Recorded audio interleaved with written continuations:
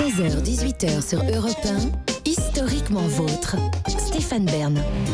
Chaque après-midi dans Historiquement Vôtre vient ce moment de l'émission où je ne contrôle plus rien. C'est Bern to be alive, ça s'appelle le quiz pseudo-historique. Vous savez, je vais vous faire une confidence, Stéphane. Des éminents historiens écrivent des questions, vous y répondez. Je vous dois cet aveu parce que je ne contrôle pas grand-chose non plus, vous savez. Je vais vous faire une confidence, Jean-Luc. On l'avait remarqué, Clémentine et moi. Vous êtes tellement désagréable. Allez, jouons. On commence avec vous, Stéphane. Commençons ce quiz dans le sourire à la légèreté. L'officier de l'armée allemande qui a recommandé Hitler pour qu'il puisse obtenir la croix de fer en 1918 était juif. Oh, certainement. Vrai ou faux? Ah oui, ça, j'en suis persuadé. Pas d'hésitation? Non. C'était ça tout à l'heure. Oui. Oui, mais mon histoire de prix Nobel, je vous la raconterai une autre fois, parce que c'est vrai aussi. Je pense qu'il devait... Oui, nous sommes en 1918. Oui. C'est lui qui recommande Hitler pour avoir la croix de fer. Oui. Il est juif d'après vous? Je pense. On vérifie. Vous avez gagné. Vous avez gagné. Il s'appelait Hugo, parce que Hugo, ça serait plutôt vers le sud.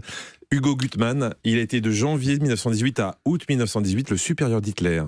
En 1935, parce que juif, il perd la nationalité allemande. En 1938, il est arrêté par la Gestapo, mais relâché par les SS qui connaissaient son histoire. Il va mourir en 1962 à 81 ans. Ah, Gutmann, l'homme bon, le bonhomme en fait. C'est ça. Ouais. Écoutez, j'avais entendu cette histoire. Oui, ce sont les ironies de l'histoire. Elle est étonnante et significative. Merci d'avoir ponctué cette question. N'est-ce pas, hein? Oui, ça lui donne un peu plus de profondeur. Oui, c'est ça, de poids. Merci beaucoup, Clémentine. Vous avez la parole, gardez-la. En 1950, la marine américaine lance l'opération Sea Spray. Le but, simuler une fausse attaque biologique sur la baie de San Francisco, mais avec des bactéries inoffensives, lâchées dans 43 endroits. Mais il y a eu quand même 123 morts. 123 morts avec cette opération Sea Spray. Alors, tout ce que je vous dis, c'est vrai ou c'est faux? En 53. Et en 1950.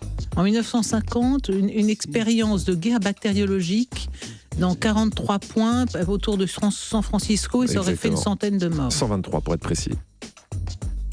C'est très précis ce qu'il vous dit. Hein. Oui, trop. Toujours je ne trouvez pas que c'est louche, c'est trop précis. Non, c'est faux.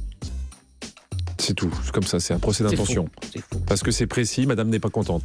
Je sens l'entourloupe, c'est tout, c'est mon intuition.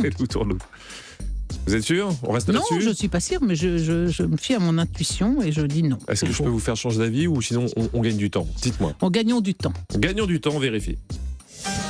Vous avez gagné. Vous avez gagné.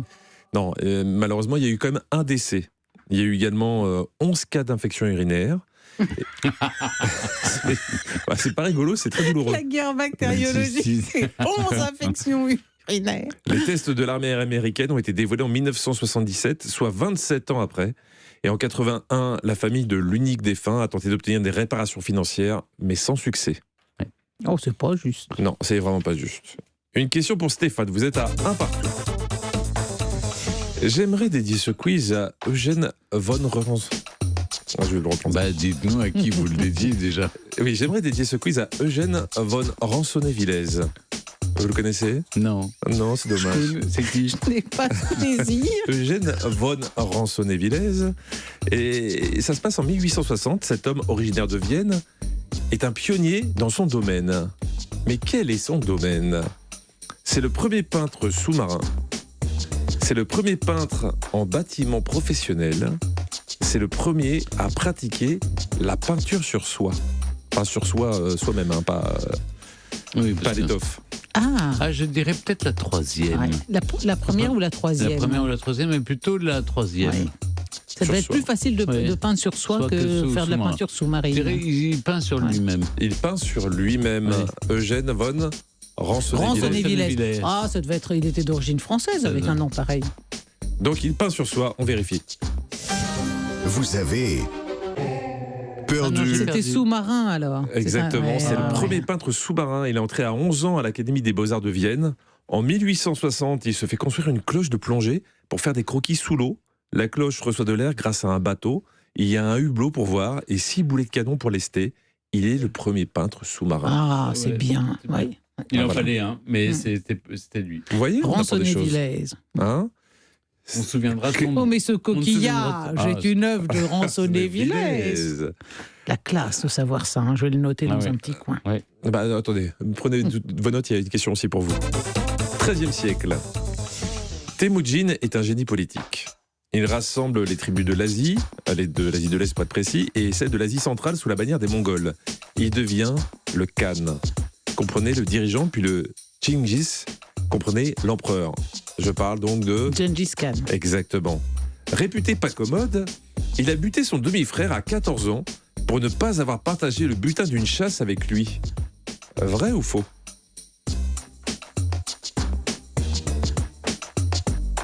Est-ce qu'il était quand même un petit peu susceptible ? Gengis Non, Khan, est-ce qu'il a parce buté que- son demi-frère ? Au fond, Gengis Khan avait bon cœur. Et il n'aurait pas estourbi son frère juste pour le butin. Ça lui ressemble pas. Donc je réponds non. Vous répondez non et on vérifie votre réponse. Vous avez perdu. Vous avez perdu. Oh, c'est pas bien ça, Gengis. Il a vraiment estourbi, comme vous dites. Le demi-frère s'appelait Beter. Gengis était l'aîné d'une famille de 5 enfants, dont une fille. Il avait aussi 2 demi-frères. Mhm. Son père est mort à ses 9 ans. Voilà. D'accord, Ça, c'est donc des petites le infos en frère plus. Beter, il a été buté par Gengis. Beter a été buté, exactement. Ok. Il va falloir une question pour vous départager. Ah oui, c'est ça. On l'appelait Pitz chez les Mayas, Pocolpoc en Maya Yucatec, ou encore Taladzi en Zapotec. Mais tout ça, c'est quoi ? Alors, j'ai plusieurs propositions. Un dieu sans tête, mais avec un sexe énorme. Un jeu de balle, mais sans les pieds et sans les mains. Un plat pimenté, le premier plat pimenté de l'histoire de toute la gastronomie humaine.